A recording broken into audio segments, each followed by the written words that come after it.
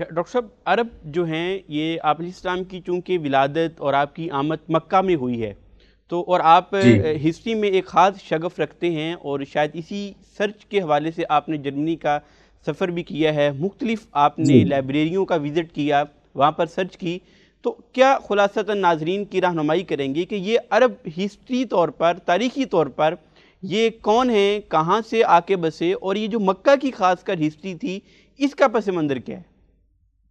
اب دیکھیں نا، دنیا میں جو دنیا کا وسط جو بنتا ہے وہ مکہ مکرمہ ہے، اور خاص طور پہ ایشیا کا بھی، اور پورے ایشیا میں ہی اسلام سب سے زیادہ پھیلا ہے، اور سب سے زیادہ ذخائر اور وسائل بھی اسی خطے میں اللہ نے رکھے ہیں. تو اللہ تعالیٰ کو کچھ مقصود ہے، اسی لیے اللہ فرماتے ہیں لإیلاف قریش.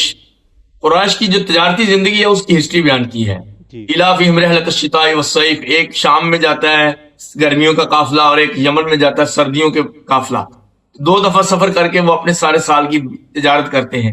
جی جہاں اچھی تجارت قائم ہوتی ہے، بڑے شہر بنتے ہیں، وہاں نبی بھیجے جاتے ہیں کہ جو کلچر کا ہب ہوتا ہے نا، مرکز ہوتا ہے، وہی پھر مذہب کا مرکز بنتا ہے. بالکل. اس لیے ہمارے کلچر پہ تو کفار حملے کرتے ہیں، ہمارے کلچر کو وہ لکھ کر اور پڑھ کر اور اس میں چیزیں پھیلا کر خراب کرنا چاہتے ہیں، اور مسلمان اس کو قبول کرتے جاتے ہیں. تو جو عربوں کی ہسٹری ہے وہ ایک مکہ سے جڑی ہوئی ہے، اور ابراہیم علیہ السلام کا مکہ کی وادی غیر ذی زرع میں اپنی بیوی اور بچے کو چھوڑنا یقیناً اللہ کی پلاننگ کے مطابق تھا، ڈیوائن سکیم کے مطابق. تو اس میں آپ دیکھ لیں کہ انہوں نے کہا فَجْعَلْ أَفْئِدَةً مِّنَ النَّاسِ تَهْوِي إِلَيْهِمْ، ساری کائنات کے دل اس طرف پھیر دے. وَارْزُقْهُم مِّنَ الثَّمَرَاتِ، پھلوں کا رزق دے دے، ہر چیز کا پھل یہاں تک پہنچے، ہر چیز کا فروٹ یہاں تک پہنچے. اب آپ دیکھیں کہ سرزمین حجاز میں علم بھی، قرآن اور سنت کی تشریح بھی، اور پھل بھی، سبزیاں، گوشت، اور پوری دنیا کی نعمتیں اب ان کے پاس پہنچ چکی ہیں. گویا کہ یہ عروج کے دن ہے. اسی طرح حضرت اسماعیل علیہ السلام جہاں سے عرب شروع ہوتے ہیں، یہ بنو جرہم میں جب شادی کر لیتے ہیں، اس کے بعد پھر وہاں پہ ان کی نسل چلتی، تو ان کے 12 بیٹے ہیں. ان کے 12 بیٹوں میں کچھ مصر گئے، لیکن جو مکہ کی سرزمین میں رہا وہ کیدار ہے. کیدار بہت لائق بیٹا تھا اس نبی پاک کی 37ویں پشت میں.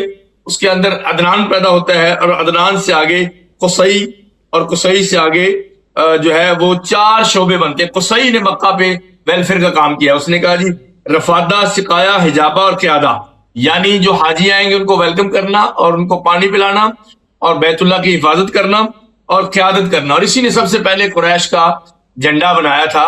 تو یہاں سے عربوں کی ترقی شروع ہوتی ہے، اور آج تک یہ قائم ہے. بیت اللہ کی خدمت، اس کی تولیت، اس کا حاجیوں کی خدمت، اور پانی کا نظام، اور زمزم. پھر آگے چل کے دار الندوہ بھی اسی نے بنایا تھا، اور اسی کی نسل میں پھر عبد المطلب پیدا ہوئے. عبد مناف کا بیٹا ہاشم کا عبد المطلب، اور عبد المطلب کا ابو طالب. اور یہ والیان کعبہ تھے. تو یہ ایک بریف سی ہسٹری ہے کہ عرب جب بالکل وہ ہجرت کو چھوڑ کے وہیں پکے ہو گئے، وہ قصی ابن کلاب کے دور کے زمانے سے ہیں.